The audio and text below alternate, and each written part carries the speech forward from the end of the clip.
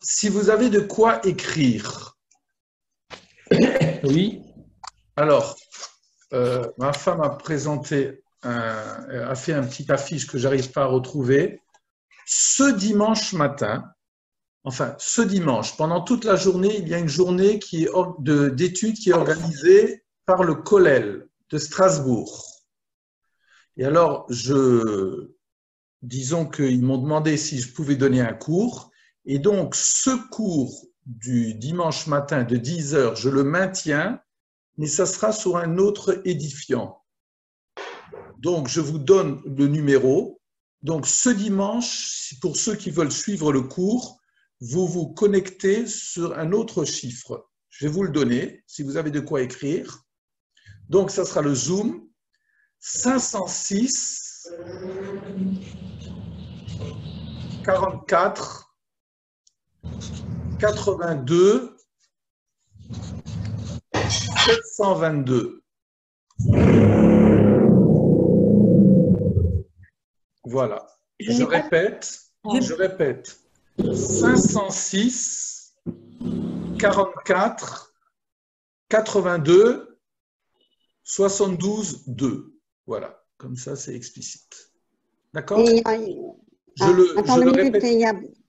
Je le répéterai à la fin du cours où vous me ferez penser, parce que c'est toute une journée de limoud qui est organisée et ce n'était pas possible que je garde le numéro classique. Donc lundi matin, vous reprenez le numéro habituel que vous avez pris ce matin. D'accord? Bon. Attends, Claude, il n'y a pas un mot de passe en plus? Claude, il n'y a pas un mot de passe en plus? Non, c'est bon. C'est le Zoom comme ici, vous ne mettez pas un mot de passe. Voilà. Alors, je reprends la problématique que j'ai essayé de traiter. Je m'intéresse toujours au concept du makom, du lieu. Alors, ce makom, on a vu de façon incroyable par le Ktav et Kabbalah et Rav Shimshon Raphaël Hirsch que dans le mot makom, que je traduis par l'espace, eh bien, il y a le mot koum, être debout, se lever, comme si quelque part l'espace, c'est là qui me donne mon assise. Et vous aviez la relation que proposait Rav Shimshon Raphaël Hirsch avec nakom, c'est le même terme, vous avez les deux lettres, donc nakom, c'est ce qu'on traduit par se venger. Il y a certains moments dans la vie où le problème, et comme il a très bien dit lui-même, ce n'est pas de se venger de son ennemi, parce que se venger quand on m'a tué quelqu'un, ça ne fera pas revenir quelqu'un. Et moi, je peux être bouffé de l'intérieur par ce désir d'une vengeance qui me pulvérise ma vie. On le sait très bien. Donc, lui disait, Rav Shimshon Raphaël Hirsch, que nakom, en réalité, c'est quelquefois le fait d'être capable de faire monter mon visage au-dessus des vagues pour que je puisse respirer, pour que je puisse avaler de l'oxygène. C'était cela. Nakom, il y a des gestes, non pas pour se venger de l'ennemi, mais pour que moi, Kam, je sois debout. Sinon, j'aurai une mentalité totalement d'être écrasé. Et on voit, et combien actuellement, qu'il y a des gens dans la maladie, dans la souffrance, dans des violences subies, qui sont des êtres écrasés par la vie, par ces événements-là. Donc c'est ça, Nakom. Donc le fait de Nakom se venger, c'est une très mauvaise traduction. Ensuite, on a vu le mot Makom, qui est donc un concept beaucoup plus riche. On a vu que c'était valable devant Hachem, où on s'interroge sur le lieu d'origine de son lieu, avec un L majuscule. On avait vu aussi que c'était par rapport au Havel, celui qui était en deuil, eh bien, Hamakom Yonachem Etrem, comme si c'est le lieu qui doit consoler la personne, et le lieu ici, c'est une personnification du nom d'Hachem, vous voyez, parce que la place dans la société, quand on barminan, on a perdu quelqu'un, eh bien, ma place est différente dans la vie. Et ensuite, j'aimerais donc continuer. Un terme qui est très curieux, c'est makom, hamila makom, neged amit palel, par rapport à celui qui prie. Chacun d'entre nous fait sa tfila. Voilà ce qui est dit. Dans la Gemara de Brachot, on nous dit, donc Brachot 6.2. Amar Rabbi Chelbo, Amar Rafuna.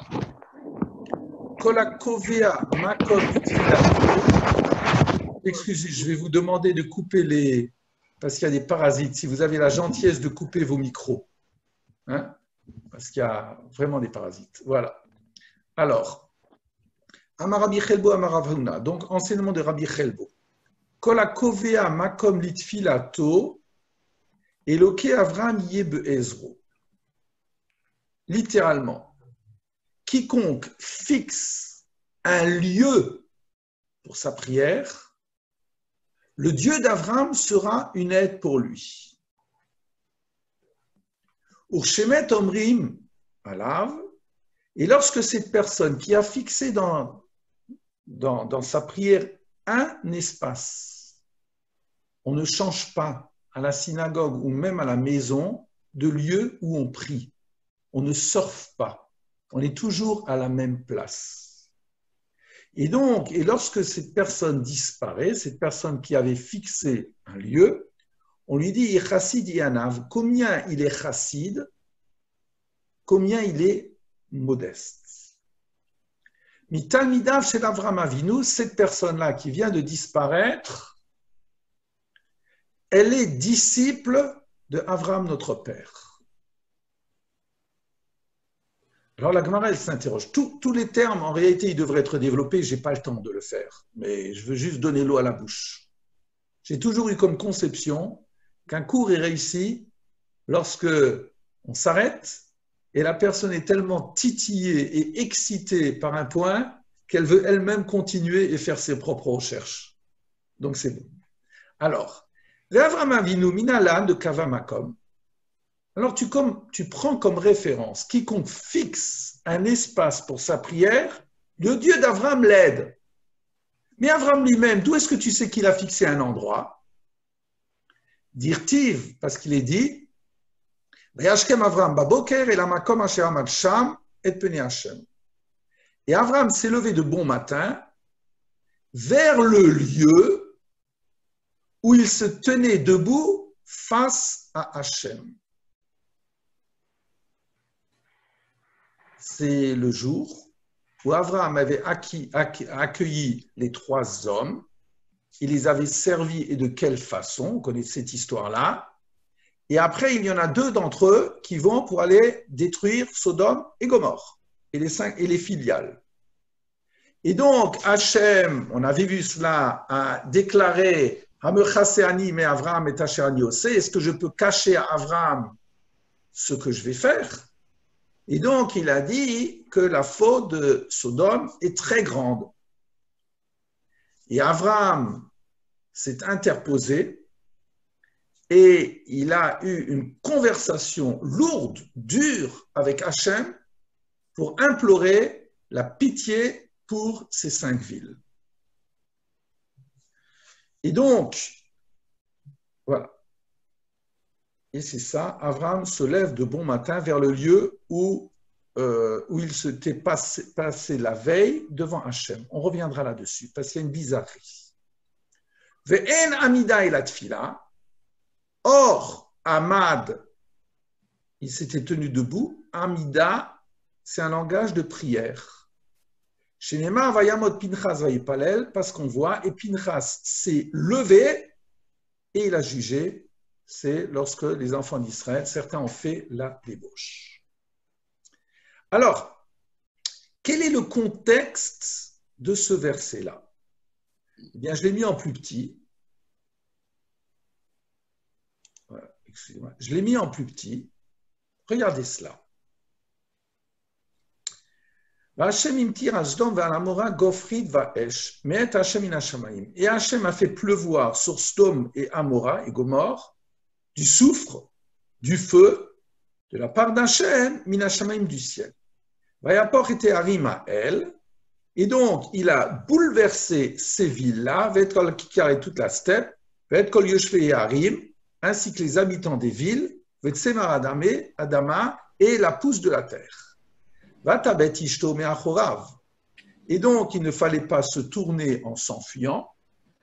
Or, la femme de Lot, elle est partie avec son mari et elle a contemplé derrière elle, alors qu'il fallait aller de l'avant, et elle est devenue une statue de sel.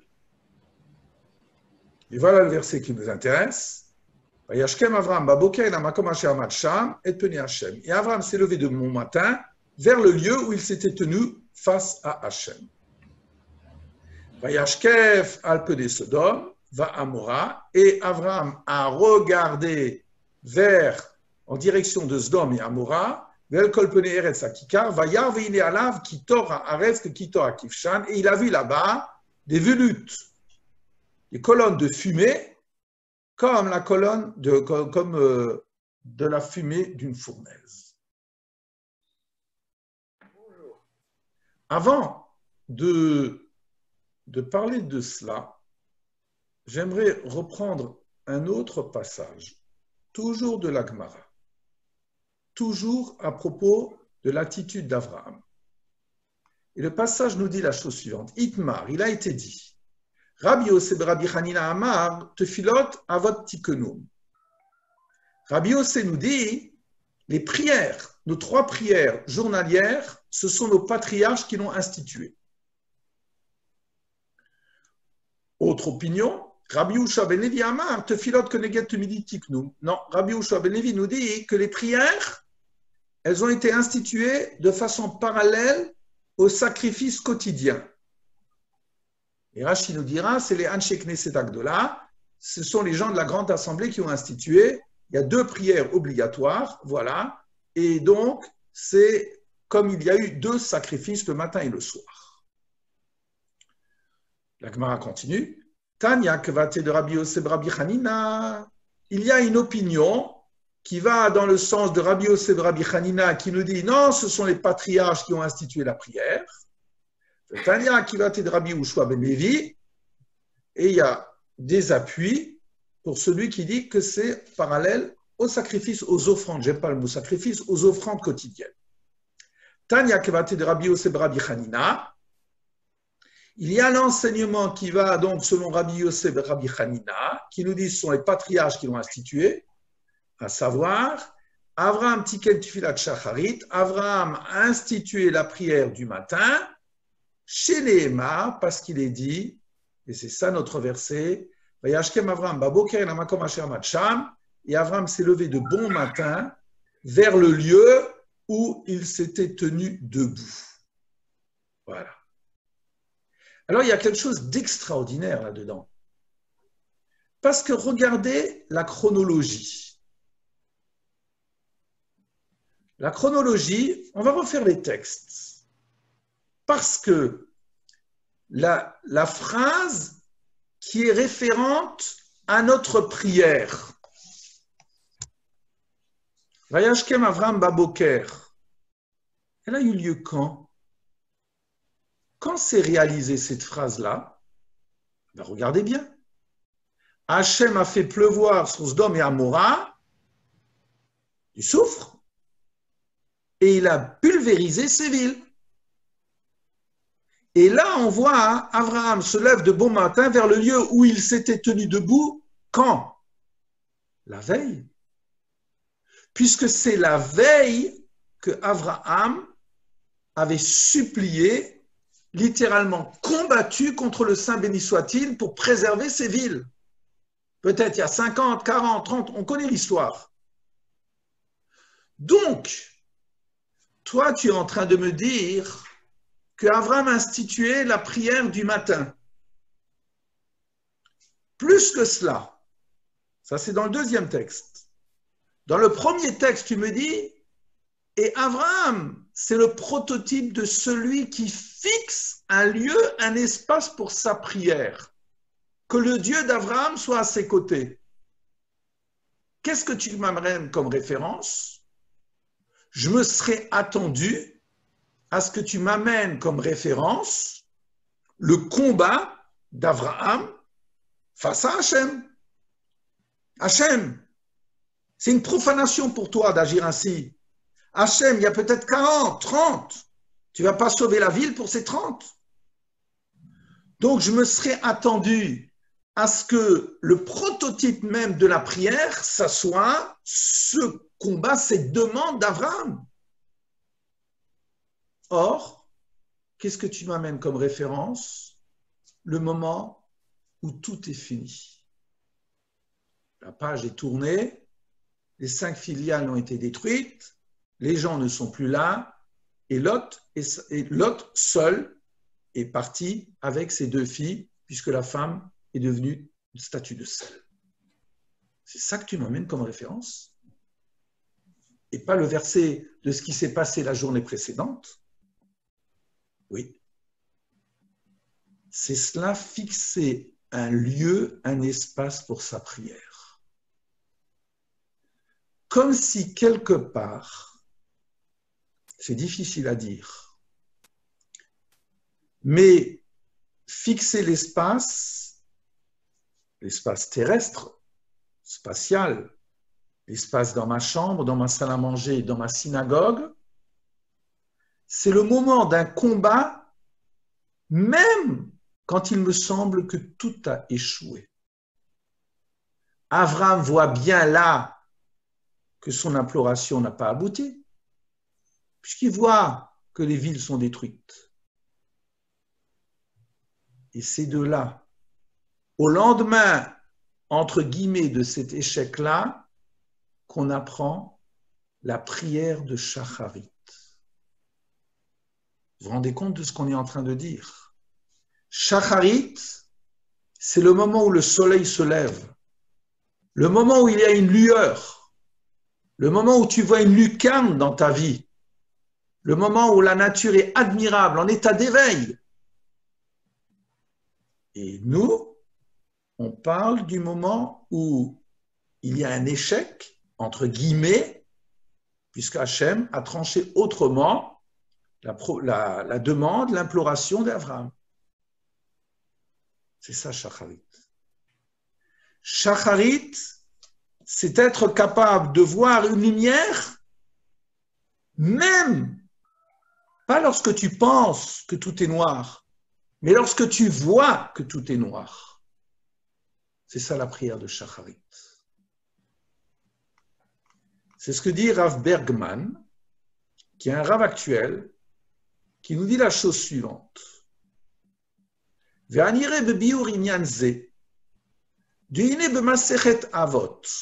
À propos de cette problématique-là, on voit dans le traité des Pirkei Avot, Mishnah Yutet, pardon, Tnan, Kol mi sheyesh biyado shlosha dvarim halalu, mitalmidav shel Avraham Avinu. Celui qui a ces 3 éléments est disciple d'Avraham, notre père. Ou shlosha dvarim acherim mitalmidav shel Bilam Arasha, et 3 autres éléments, il sera disciple de Bilam Arasha. Avraham Avinu, Aïn Tova. Ce n'est pas un bon œil. Je ne sais pas ce que c'est un bon œil. C'est un regard généreux. C'est très différent. Un regard généreux sur les êtres et sur les choses. Veruach Nemucha. Et une humilité. Venefesh Shefala. Et quelqu'un qui n'est pas avide. Je suis heureux de ce que j'ai. Si j'ai ces 3 caractéristiques-là, eh bien mon père, c'est Avraham Avinu. Je vous dis juste que c'est intéressant pourquoi on le compare par rapport à Bilam, on le compare sur plusieurs points par rapport à Bilam. Mais Bilam, lorsqu'il a voulu maudire les enfants d'Israël, il s'est chaque fois déplacé dans le désert, vous voyez dans la Sidra de Balak, pour chercher le point par lequel il pouvait détruire le peuple d'Israël. La première fois, il voit la globalité du peuple d'Israël. Bon, alors sa malédiction ne marche pas, parce que globalement, le peuple d'Israël est grand.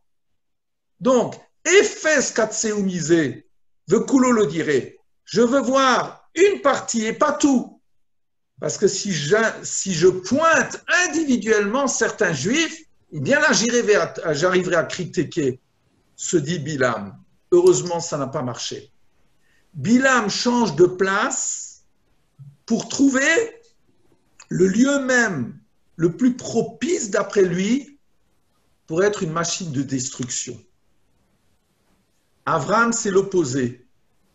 Abraham a son lieu, le lieu qu'il retrouve à chaque fois, et même le lieu qu'il retrouve après que, irrémmanquablement, il n'a pas une réponse positive à sa demande. Et pourquoi alors il revient à cette même place? Et Rav Mergman dans Char et Horar nous dit Omnam be Avraham tala et ashma rakbo.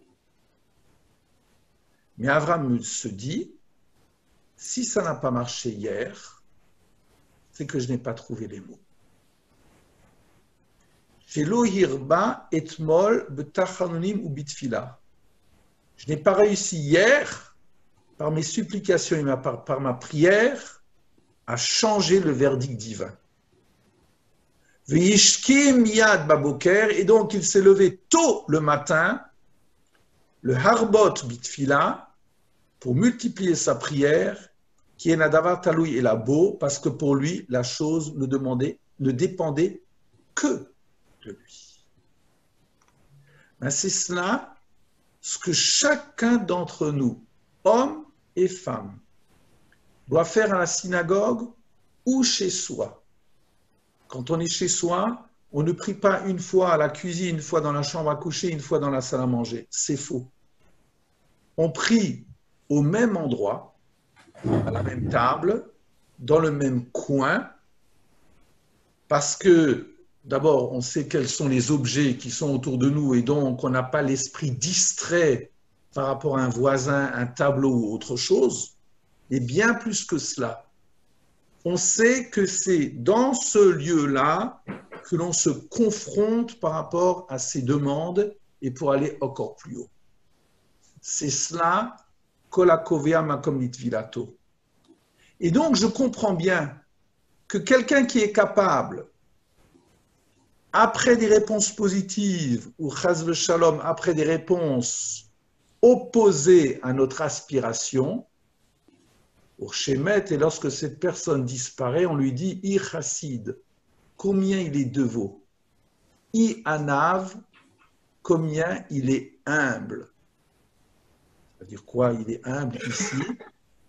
Ça veut dire qu'en réalité, il a pensé, ma demande a échoué parce que je n'ai pas trouvé les bons mots, parce que je n'étais pas assez impliqué dans ma prière.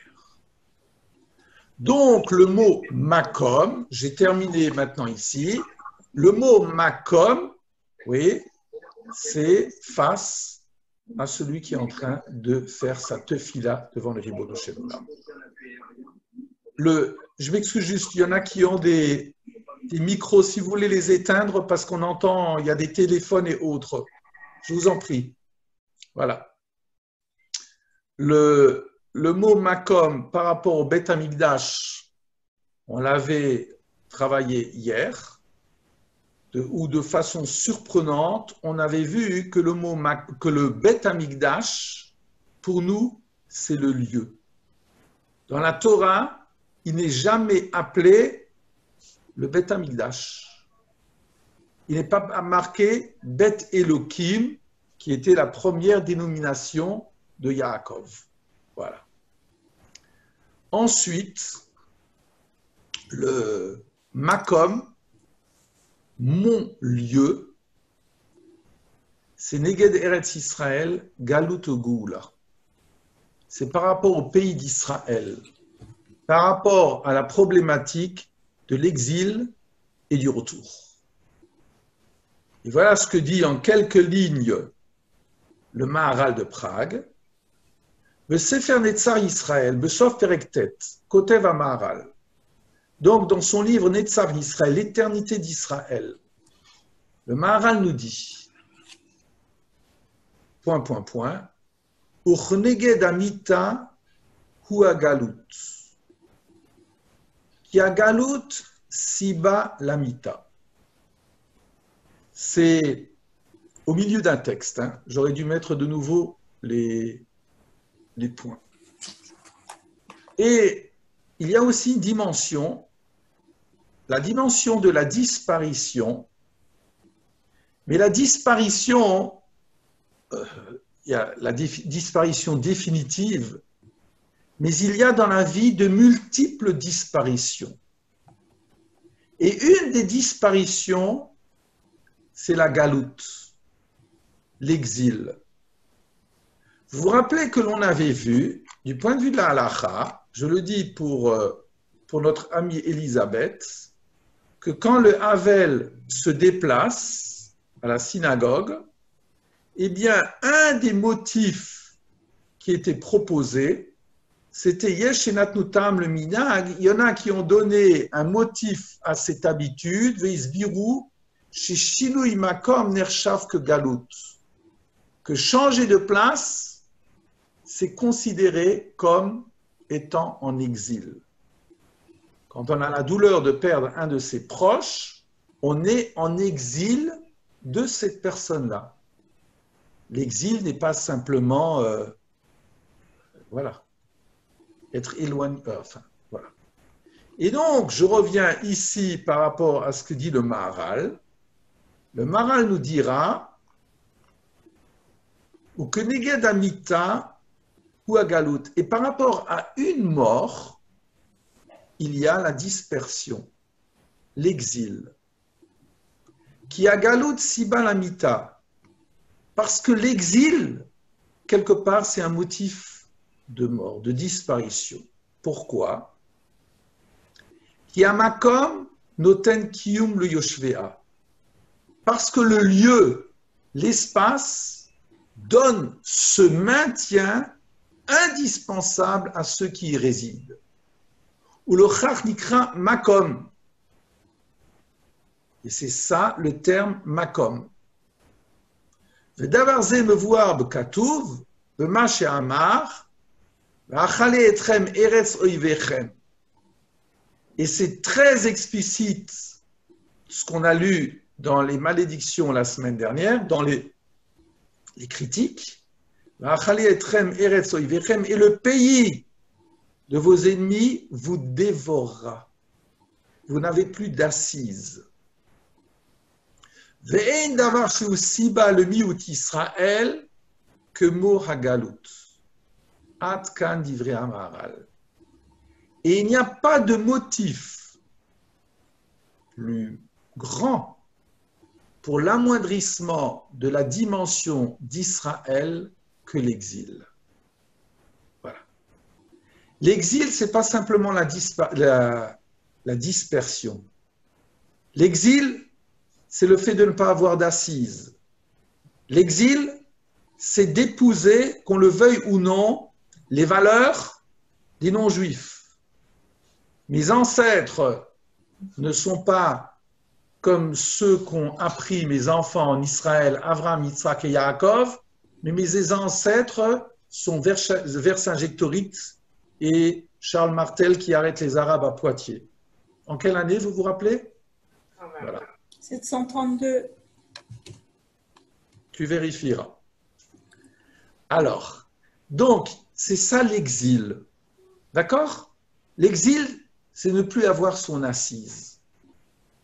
Et donc, nous dit le Maharal, c'est ça, tu n'as plus ton lieu. Mita. Il y a une mort quelque part. Et je me rappellerai toujours de Shiurim qu'on entendait à Bishaim, où il était dit que, vous savez, vous avez dans les traités de Mishnayot, dans le Chasse, vous aviez 6 parties dans la Mishnah. Vous avez Zraïm, les plantations, Nezikin, les dommages, Nashim, les relations avec les femmes, le divorce, le mariage, la ktouba, etc., etc. Vous en avez encore d'autres, Kodashim et Taharot, donc ce qu'on appelle les saintetés et les lois de pureté. Eh bien, lorsque vous voyez ce que nous avons en exil, eh bien, ce sont les règles vis-à-vis des femmes, nos obligations du mariage et peu d'autres choses. En Eretz Israël, normalement, eh bien, la jurisprudence qui nous gouverne, c'est une jurisprudence d'un Bet Din, donc Nezek. Comment ça se juge? Zraïm, les plantations, lorsqu'il y a la Shemitah, lorsqu'il y a Shmitat Ksafim, les dons ou l'annulation des dettes, etc., etc. Vous avez donc là-bas les assises où concrètement la Torah peut être vécue intégralement, plus ou moins intégralement, parce qu'on n'a pas le Beth Amikdash. Et donc, le commentaire continue. Kavanat Amara Lomar, qui est le Chachorban ou Mita ou Miutu Israël Yoter Akiratam me Eretz Chayem Imkomam Hativi. Et tu n'as pas de ruine, de mort et d'amoindrissement pour Israël plus provoqué par l'éloignement du pays là où on a vécu et de notre lieu naturel. C'est ce qu'il dit, le Sayem Perekze, Betsitout Bedivre Amaral, Besefer Gur Aryeh, le Parashat Vaetranan, Bedibur Amatril Remes, Shekatav Dilalan, qui Eretz Israël. Et là-bas, le Gur Aryeh dans Vaetranan nous dit, Eretz Israël, c'est Mekom Shel Israël. C'est mon lieu d'origine. Ve'ein davar she'eino makom. Et il n'y a aucune chose qui n'a pas ce lieu vital. Raoui she'yin evad. Et si ce n'est pas là, c'est perdu. Chez Kol Davor Baolam Sarir le Makom, parce que toute chose dans le monde a besoin d'un point d'ancrage. Kumo she'amru chachamim, en ochadavar she'eino makom. Tu n'as aucune chose dans le monde qui n'a pas sa place. Où est ma place?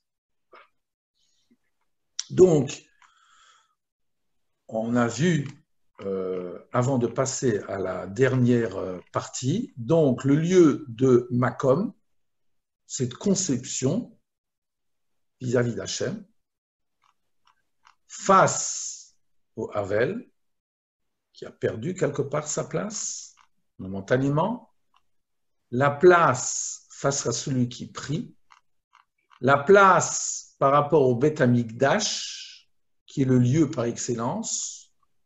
Le lieu, c'est l'opposé de la galoute, ça serait une notion de Géoula. Et enfin, Yerushalayim.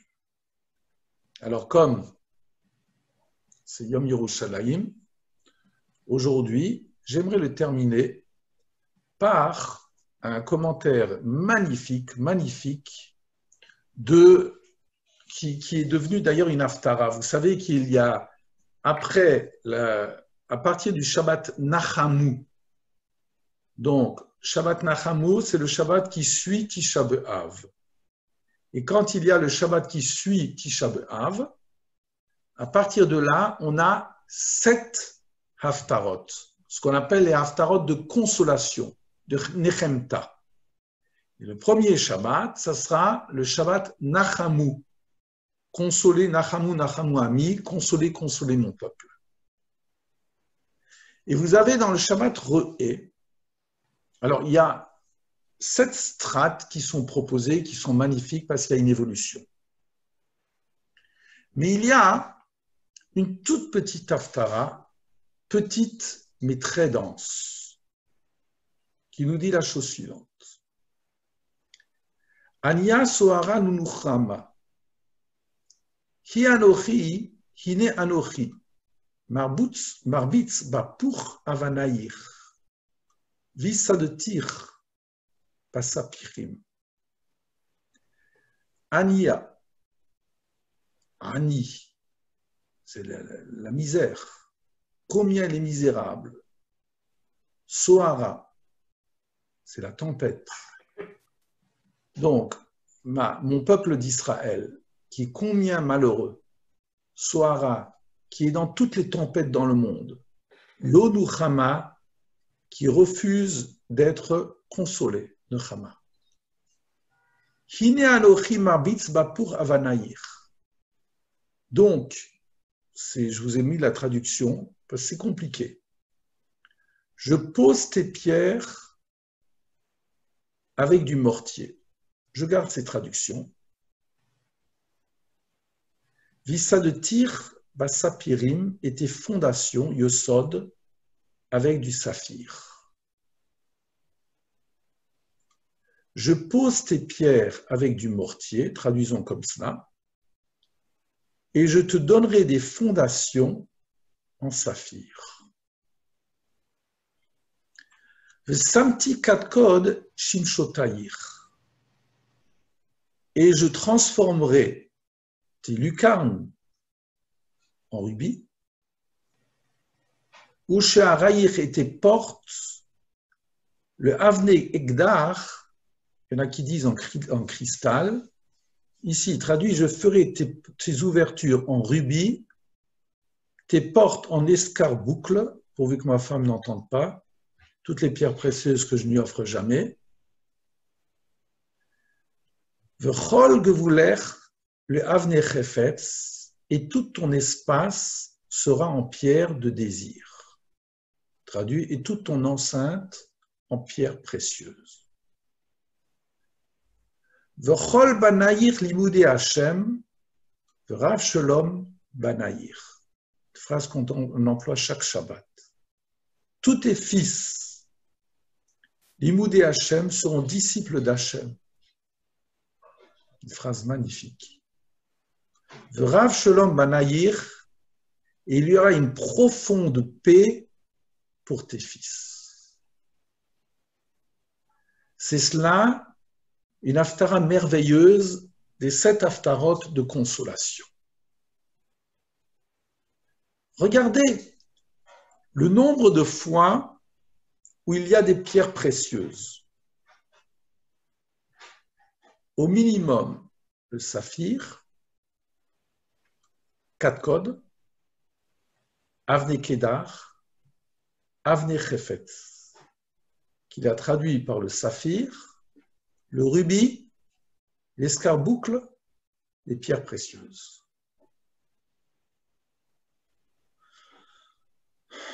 C'est très bouleversant. Je veux dire que pour ceux qui vivent ce qu'est Tisha B'Av, c'est-à-dire donc cet éloignement, cette dispersion, le fait qu'on n'est plus chez soi, eh bien, ces haftarot-là ont un écho tout à fait particulier.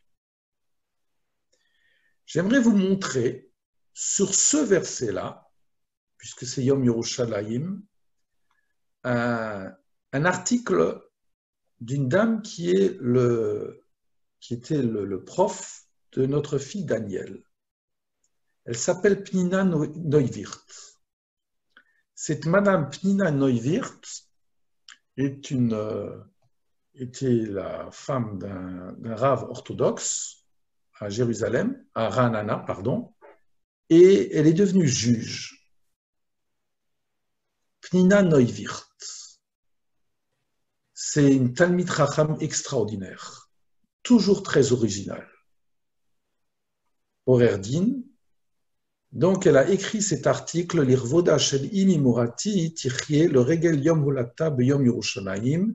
Elle a écrit pour sa maman, qui, pour le jour de sa naissance, pour son anniversaire, puisqu'elle est née un Yom Yerushalayim. Et voilà ce qu'elle dit. Hanavi Yeshaya mitnabe al bunyata shel Ir Yerushalayim. Le prophète Isaïe prophétise donc la construction sur la reconstruction de la ville de Yerushalayim.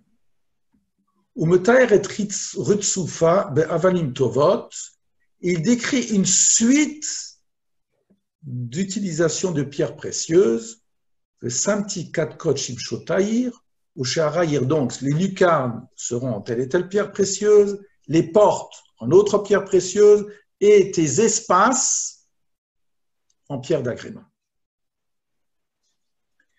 Hamidrash omed al pesher amila kad kod. Le Midrash s'interroge sur le mot kad kod. Ba mishtamesh hanavi Yeshaya le théour chomotea hanivnot shel ir hakodesh. Kad kod, c'est le terme qui est employé par le Navi Yeshaya pour décrire les murailles construites autour de la ville de sainteté.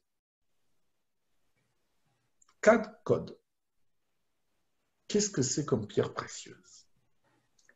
Le Tzorer Kach, et pour expliquer ce que c'est que Kad kod, Metaer Midrash Machloket ben Malach Gavriel ou Malach Michael. Le Midrash parle d'une discussion entre le Malach Gavriel et le Malach Michael. Alors d'abord, il faut savoir qu'il y a des disputes entre les anges. Nul n'est parfait. Heureusement qu'il y a des disputes. Chaque ange, j'aime pas le terme ange, chaque Malach a un nom. Vous avez le Malach Gavriel et le Malach Michael. Et ce Midrash qui est dans la Gemara a un autre écho où le fils Girsan Osefet Amouvad de Midrash Ben Shne Banav Shel Rabbi Chia Yehuda Vechiskia. D'après d'autres, non, ce n'est pas la discussion entre les anges, mais c'est la discussion entre deux fils de Rabbi Chia, entre Yehuda et Hiskia. Alors donc, la Gemara veut nous dire qu'il y a deux avis. Soit c'est une divergence d'opinion entre les deux fils de Rabbi Chia, soit c'est une divergence fondamentale d'opinion entre deux anges. Quoi on fait référence? Amar Rabbi Shmuel bar Nachmeni, Pligebe tre Malachi Barikia, Gavriel ou Michael. Et quel était l'enjeu de la discussion? Tenez-vous bien. Rabbi Shmuel bar Nachmeni nous dit, Pligebe, il y a la discussion entre les deux Malachim dans le ciel, Gavriel et Michael. Chadamar Shoam, Chadamar Yoshpe.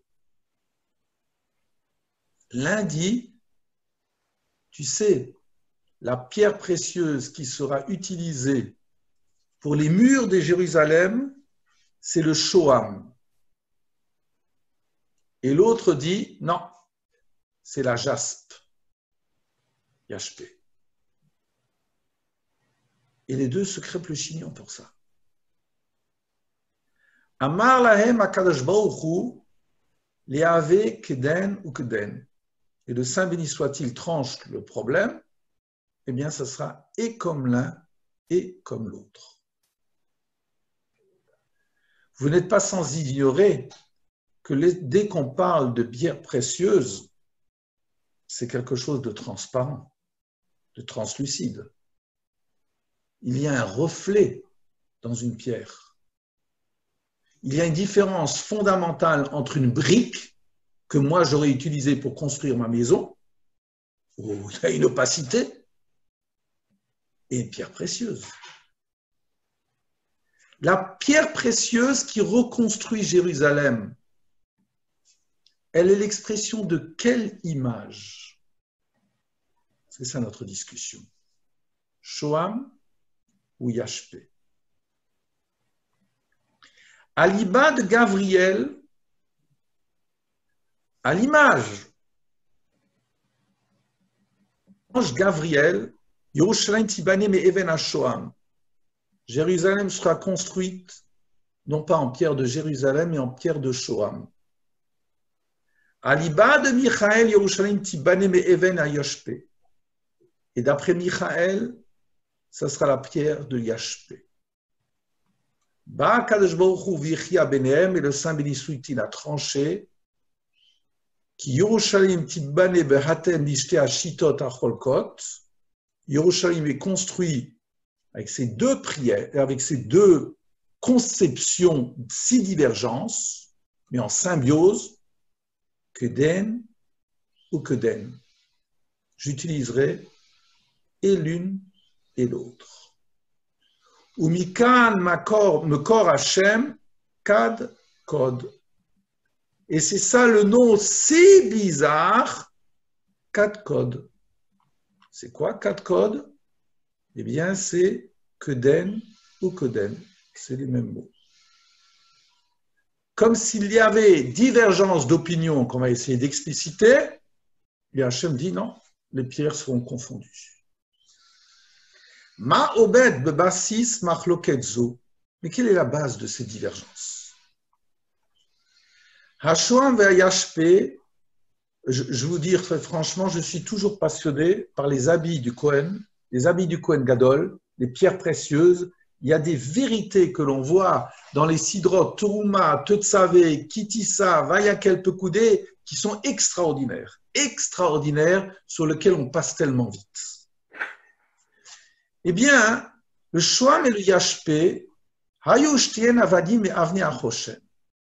Vous savez que sur le tablier du Kohen Gadol, il y avait ce qu'on appelle un pectoral. Sur le pectoral, il y avait 12 pierres précieuses, les 12 tribus. Lorsque le Kohen Gadol pénètre dans le temple, il ne parle pas pour sa propre personne, il ne parle pas pour les Kohanim, il parle pour l'unité du peuple d'Israël. Il représente le peuple d'Israël. C'est ça qu'il a sur son ventre. Et là-dessus, sur ces 12 pierres, Shte avne achoshen ha'elu hitiyachadu b'chach she'en hayu avne banea shel Rachel imenu. Il y avait 4 rangées. Et là-dessus, sur la dernière rangée, il y avait 2 pierres qui sont consacrées aux enfants de Rachel, celle qui est morte en couche, la femme tant aimée de Yaakov. Hashoam Havano Shel Yosef. Le Shoam représente la tribu de Joseph. Le Yashpe Havano Shel Binyamin, et le Yashpe, c'est la pierre de Binyamin. Yeter al-Kein, bien plus que cela. Je m'excuse juste, vous n'êtes pas sans savoir que, on en a parlé une fois, que Yosef, c'est le juif des nations. C'est celui qui vit en Égypte, qui grandit en Égypte, qui a un pouvoir en Égypte, mais entre parenthèses, qui sur son lit de mort demande que ses ossements retournent en Eretz Israël. Ce n'est pas simplement les ossements. Atzamot, c'est Atzmaout. Yom Atzmaout, c'est sa solidarité. Son identité a ses racines en Eretz Israël.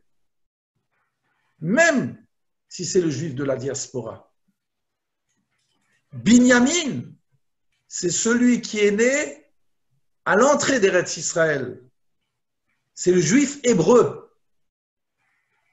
Et donc, je peux parfaitement comprendre que le Kohen Gadol, eh bien, par rapport à tous les signifiants, les symboles de ses 12 fils, eh bien, il y a celui qui a son identité en Chutz Laaretz et celui qui ne se réalise qu'en Eretz Israël. Et donc, Yeter al-Kein, Avanim elu hayu mimkomot asmichut zolazo. Ces pierres-là étaient placées dans des endroits juxtaposés, à savoir, Shte avanim acharonot betur harevi'i shel hachoshen. Ces 2 pierres, c'est les dernières pierres de la 4e rangée du pectoral. Le Fia Marsha, d'après un de nos maîtres, le Marsha, Shte avanim elu mesamelot et beniata shel Yerushalayim bigula harvi'it.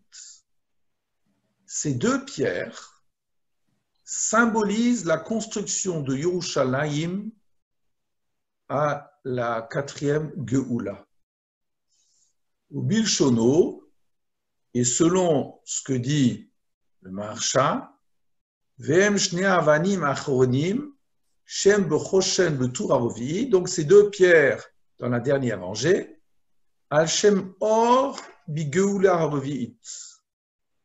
Chez le Hatid, chez Geoula harvi'it, parce qu'un jour il y aura notre délivrance totale.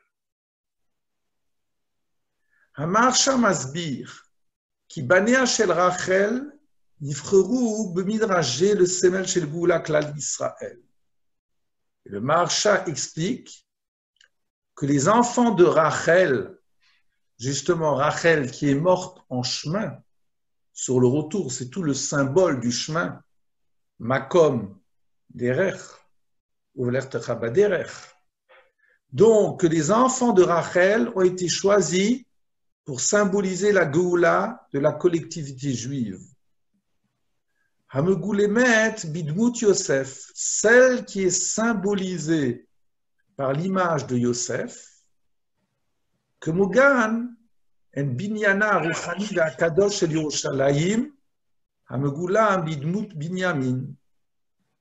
Yosef, c'est celui, vous savez très bien qu'on dit qu'il y aura le Mashiach de Yosef et ensuite un autre Mashiach. Le Mashiach de Yosef, c'est celui qui traduit sur le plan matériel le fait qu'il y ait une évolution des choses. Comme Yosef, qui aura arrangé notre problème de disette, de famine.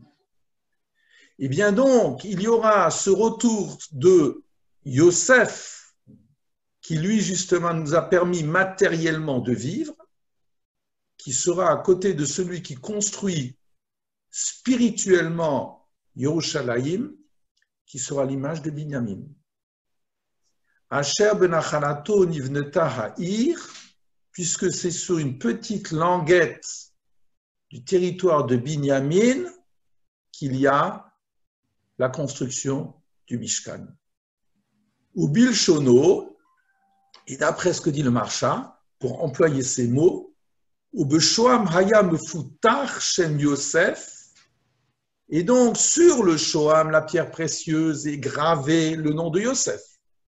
Ou Beyashpe Binyamin, et sur le Yashpe c'est Binyamin, Alpi Kavanazo, de Begoula Revi, Yetrila Or Israël al Yudé Mashiach ben Yosef, c'est-à-dire qu'au début, pour la lumière juive, il y aura le Mashiach ben Yosef, et ensuite, cette lumière de Jérusalem qui est dans l'espace appartenant à Binyamin. Et c'est cela que Den ou que Den. Et l'un et l'autre ont raison. Alpi Shte Kavanot, d'après ces deux orientations. Continuons le texte de Mme Nina Neuwirth. Bram, Adayin Raoui Levaer. Il y a encore un dernier point explicité. Madoua le Fia Midrash, Dafka Michael ve Gabriel, Hem Acholkim plutôt, Odot Maout Avanim Mehen Tibane Ha'ir. Selon ce Midrash-là, de la Gemara de Baba Batra, pourquoi c'est précisément deux anges et pas n'importe lesquels, Michael et Gabriel, qui discutent sur l'essence même de ces pierres par lesquelles la ville sera reconstruite. Masbir à Maharal. Et le Maharal nous dit, dans Netzar Israël, vous le savez sans doute, qui Gabriel ou Michael Miyatsegim Yesodot Shonim Bateva, que ces deux anges représentent des notions très différentes dans la nature. Yesodo shel Gavriel ou Yesod ha'esh.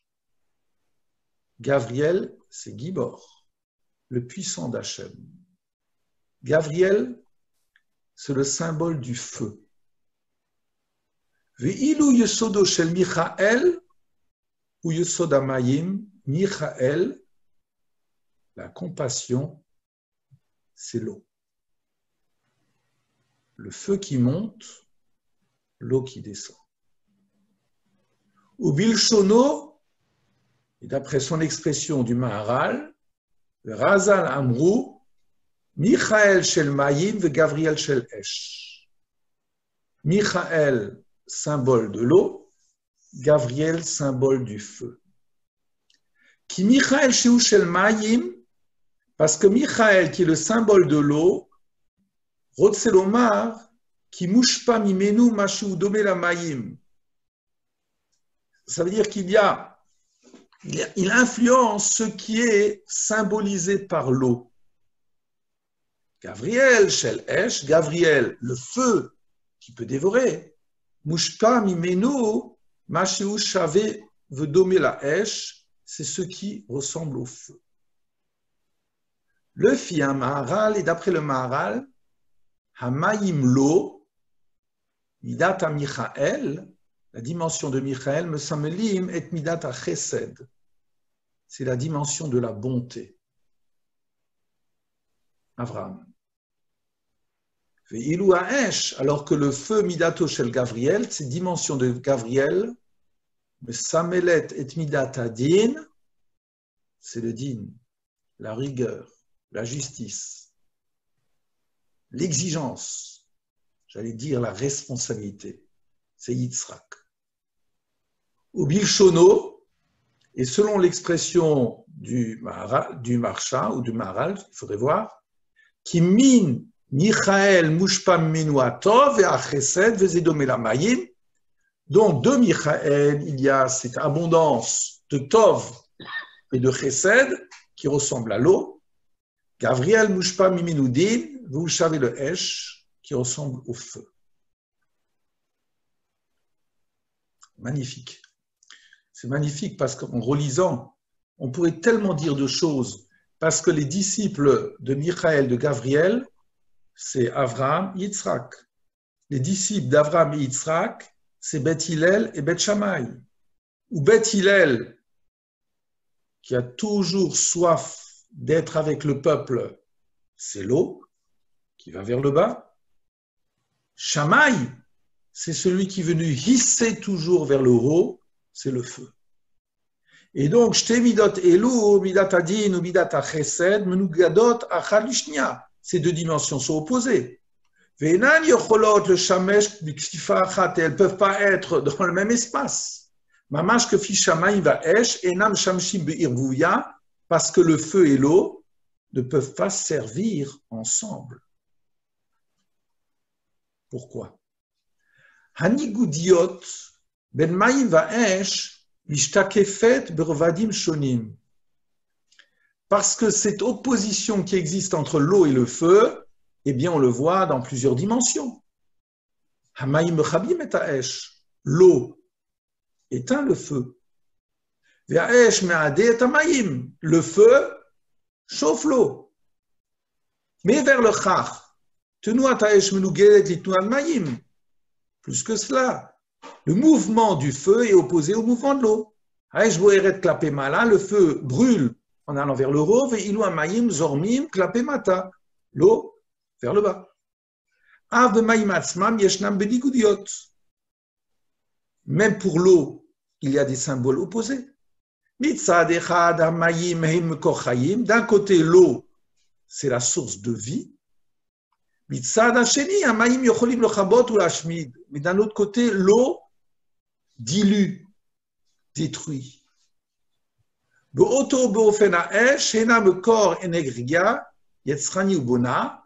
Comme pour le feu, il y a une source d'énergie, de construction. Mais l'eau, ça peut être aussi le déluge, le maboul. Mavir HaKadosh Baruch Hu. Et le Saint Benoît-il nous éclaire en nous disant qu'Yerushalayim nivnet meshoam miyashpe. Tu sais, Jérusalem, ces murs, le mur c'est ce qui me protège, sont construits de ces deux pierres, Imayim et Esh, de l'eau et du feu. Médine ou Mechesed, de l'exigence et de la montée, de la bonté. Et comme le Saint béni soit-il, Hashem Elokeinu, Hashem Echad, Hashem, c'est le Chesed. Elokeinu, c'est le Din. Echad, et il est un.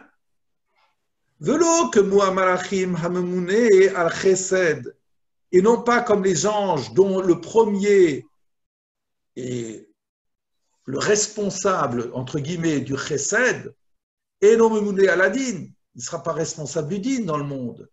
Memune Aladin et non Memune Ala Chesed. Et le deuxième, celui qui s'occupe du din, ne s'occupe pas de Chesed.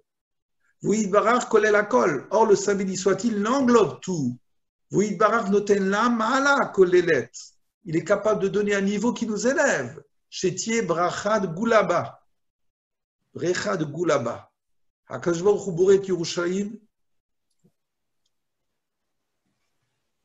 Peut-être qu'il y a Kinvu Ato, peut-être, selon sa prophétie. Mamash que fiche HaKadosh Baruch Hu el betocho et kol tirot. De la même façon que le Saint Béni soit-il est capable de concentrer en lui les contradictions, entre guillemets, Ken Yerushalayim benouya al tashtit shel hanigudin, eh bien Yerushalayim sera construit par le juif de la Galoute, par le juif de la Gola, par le juif d'Eretz, par le juif de Jérusalem, par l'un et par l'autre. Kad Kod. Nidragé, Rosheb Faninu Atzmotash Yerushalayim Habnuya Keir Shechubra la Yardav. Et donc ce Midrash nous donne toute cette puissance de Jérusalem qui est vraie sur le plan concret, qui est la ville qui a été construite Yardav, ensemble, avec toutes les dimensions qui se reflètent à travers notre pierre précieuse. Ir Amechaberet et Aktsavot, cette ville qui unifie les contraires. Ameacheret, qui unifie Umekarevet Atarochim et Tarochokim et qui rapproche les éloignés. Comme Amarosh el Malbim, comme nous dit le Malbim, Yerushalayim hi ha'ir shechubra la yardav.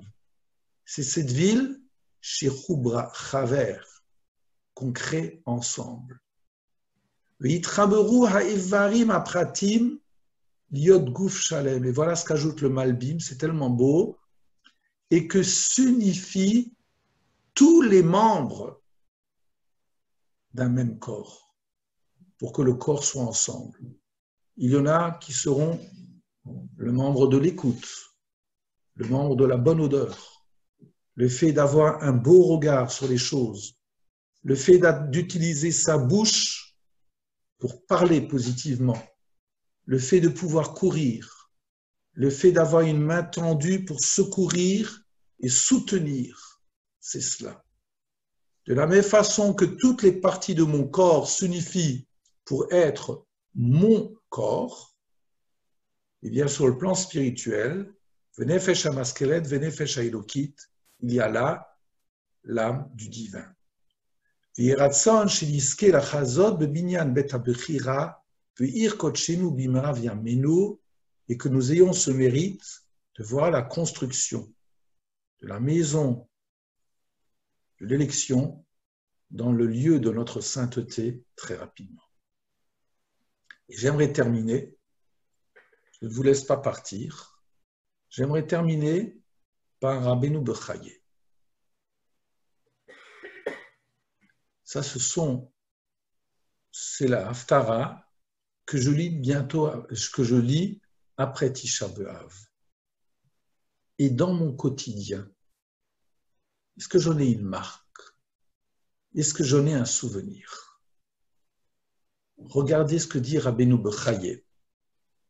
Je vous donne la référence, Vaïkra, chapitre 2, verset 13.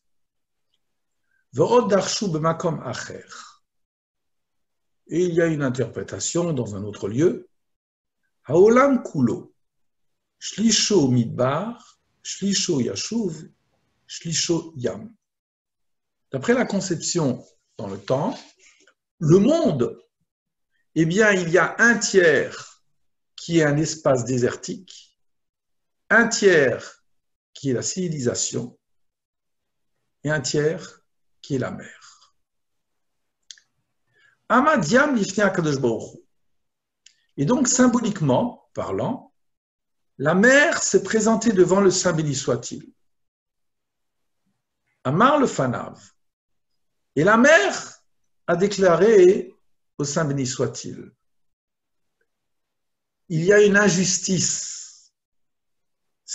Le Midrash, c'est tellement beau, il ne faut pas être naïf. Le Midrash est une invention de nos Chachamim. Comment nos maîtres voient le monde. C'est ça qui est bouleversant. Et voilà. Nos maîtres nous disent que symboliquement, la mer s'est présentée devant la Sébénia soit-il. Il a posé une requête. Ribona Shelona, maître du monde. Bamidbar, tu as 3 espaces équivalents. Le désert, le lieu de la civilisation et la mer. Dans le désert, Nitna Torah. Dans le désert, on va le dire cette semaine, c'est là qu'il y a la Torah qui a été donnée au mont Sinaï. Beyishuv, dans la civilisation, dans les lieux de civilisation, Nivne Bet Hamikdash, le temple est construit. Ani, Matue Alay, moi j'ai la trace de quoi, dit la mer. À Marlo, alors le Saint béni soit-il a déclaré à la mer, Atidin Israël, Shiakrivu Melach al Gabe Mizbeach. Eh bien, tu sais, tu as raison. Un jour, les Juifs, lorsqu'ils feront des offrandes au temple, eh bien, sur chaque korban, ils mettront du sel. Du sel. C'est ça la consolation à la mer. Ça veut dire quoi? Et Rabbeinu Bechaye, qui a toujours les lectures à 4 niveaux, nous dit Valdvar à Kabbalah, selon la Kabbale, Yesh bemelach shne kochot mishtanim ze heferze. Dans le sel, il y a 2 puissances, 2 potentialités totalement différentes l'une de l'autre. À savoir, c'est la trace du Mayim et du Esh, de l'eau et du feu. Ou bekoach hamimut ha-esh hameviasho ou magdilo choser Mayim. Et par cette puissance, par cette chaleur du feu, il y a un assèchement et il y a l'apparition du sel. V'imken, yesh be'etzem hamelach. Et donc, dans l'essence même du sel, il y a cette puissance de l'eau qui s'est évaporée par le feu. V'ha'esh, et la trace du feu qui est partie, she'em keneged shte amidot, qui sont les traces des 2 dimensions Shebaem Kiyum Ha'olam, par lequel le monde se maintient, Vehe Midat Rachamim ou Midat Adin, qui sont la dimension de la compassion et de l'exigence. Umitam Ze Amru, c'est la raison pour laquelle il est dit dans la Sidra de Vayikra, quand tu fais une offrande, Velo tashbit melach berit elokecha. Tu ne supprimeras pas, littéralement, Shabbat, tu ne supprimeras pas le sel de l'alliance de ton Dieu Mais al minchatecha de toutes ces offrandes, parce que al kol korbanecha takriv melach, sur toute offrande, tu offriras du sel.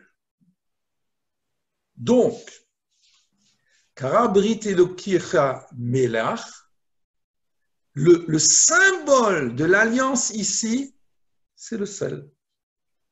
Le fichebo yitkayev yichot haolam, parce que c'est par ce sel-là que se maintient et qu'il y a cette alliance qui a été conclue. Comme Moshe Amro, comme on dit dans le Rishit Rabbah, Ra'a she'enu yachol yitkayem bedin, quand Dieu a créé le monde, Bereshit bara Elokim, c'était la Midat Hadin, la responsabilité qui s'est imposée.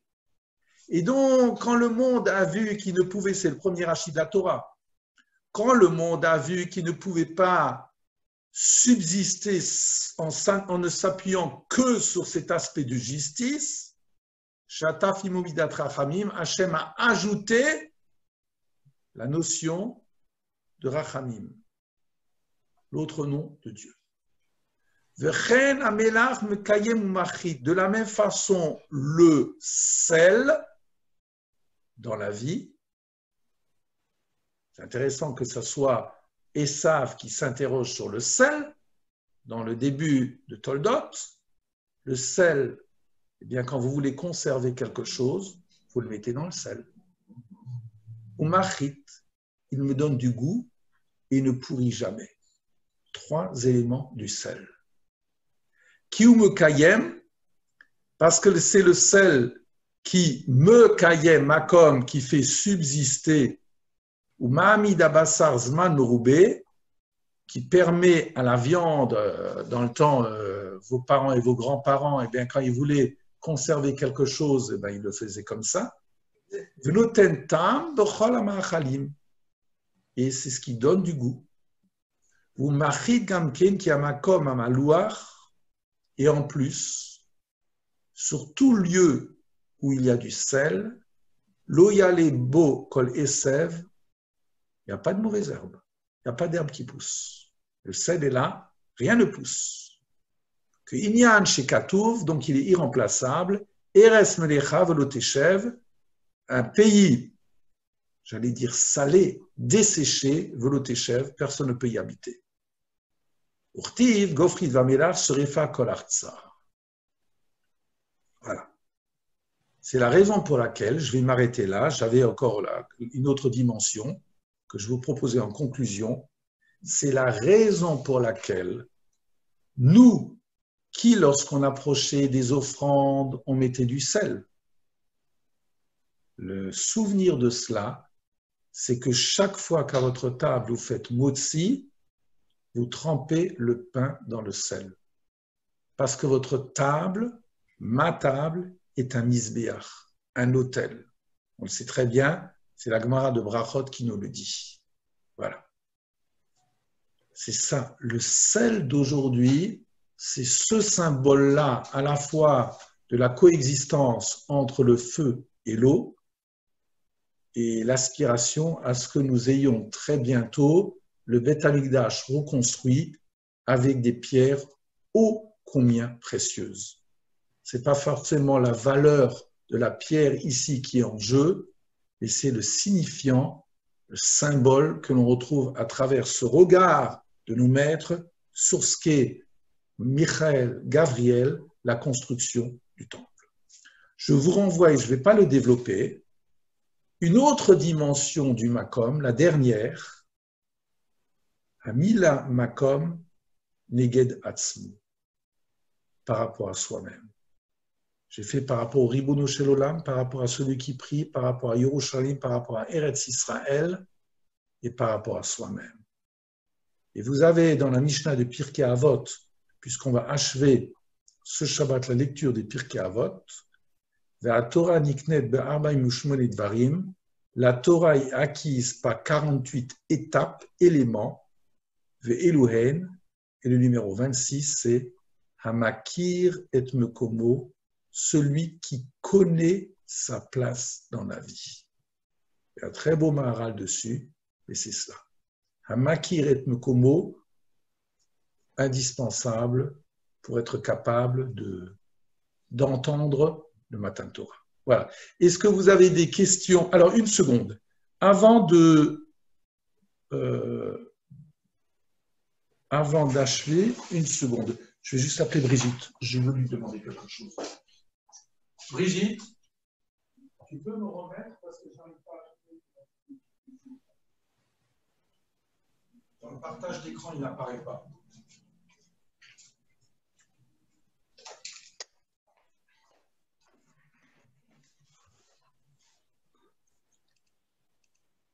Voilà. Allez, c'est bon. Tout le monde le voit? Oui, j'espère. Oui, merci. Voilà. Alors, je vous redis ce que j'ai dit au début de l'étude, que ce dimanche matin, il y aura une journée d'études organisée par le Kollel à Strasbourg. Et ça commence à 10 heures. Et moi, je donnerai le cours. Donc, c'est moi qui débuterai la journée. Ils m'ont fait l'honneur de me demander cela. Et donc, pour dimanche matin, il y aura un autre numéro de Zoom. C'est celui qui s'affiche.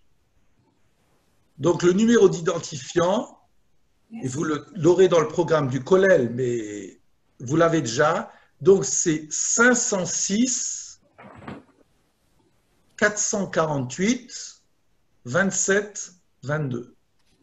C'est ça l'identifiant. Donc, dimanche matin, ce n'est pas l'identifiant classique que vous retrouverez lundi matin, l'identifiant que vous avez utilisé pour aujourd'hui, mais c'est ce numéro-là.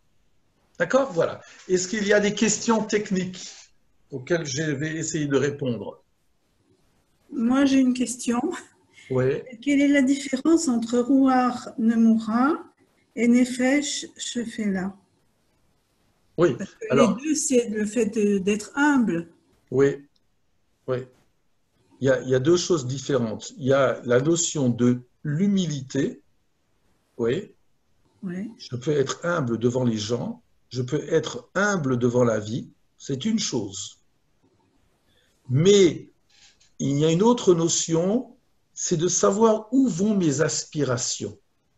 Nefesh Shefela. Nefesh Shefela, il y en a qui traduisent comme ça, etc. Mais Nefesh Shefela, ça veut dire je ne suis pas avide de posséder.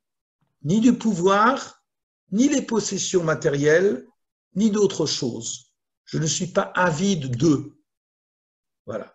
Il y a un livre extraordinaire que vous avez lu sans doute il y a 40 ans, de Eric Fromm, Avoir et être, où il a tout un développement à ce niveau-là, que tout le problème du judaïsme, Eric Fromm, ce psychiatre, etc., qui a beaucoup écrit, vous avez ses livres en poche, certains en tout cas, c'était quelqu'un qui avait fait de la yeshiva. Il était à la yeshiva de Telz. Oui. Et donc, il a fait toute une analyse sur le verbe être dans le judaïsme. Voilà. Donc, c'est deux choses totalement différentes. Voilà. Merci beaucoup. Il n'y a pas de quoi. Donc, je vais t'envoyer un mail pour avoir le texte. Hein? Oui, pas de problème. Tu me l'envoies sur mon mail et on s'en occupe. D'accord, merci beaucoup. Il n'y a pas de problème. Voilà. Magnifique. Hein? Alors, donc, j'espère vous... Oui, il y a encore... Voilà. Donc, si vous avez... Alors, je vous souhaite un Shabbat Shalom. Je vous rappelle que, pas à 18h, non, c'est à 19h15, je crois, il y aura les Teilim, il y aura la Kabbalah de Shabbat. Voilà. Motzei Shabbat, vous le voyez sur le Zoom du consistoire, il y a tout le programme. Motzei Shabbat, il y a un Melavé de Malka avec Yedidia Blum. Bon, pour ceux qui le connaissaient à Chazan, c'est le fils de Thierry Blum qui est décédé, de Orfelden, je crois. Et donc, c'est Yedidia Blum qui animera cela. Et dimanche, il y aura le programme très varié, journée d'études organisée par le Kollel. Il y a des shiurim qui sont proposés par des dames l'après-midi. Et le soir, il y a un jeu. Enfin, il y a un programme toujours très, très dense que vous trouvez sur le Facebook du consistoire. Voilà. Allez, je vous souhaite une très, très bonne journée. Plein de bonnes choses. Et Shabbat Shalom à tous. Shabbat Shalom. Shalom. Au revoir. Shabbat Shalom. Au revoir. Shalom. Shabbat shalom. Shabbat Shalom.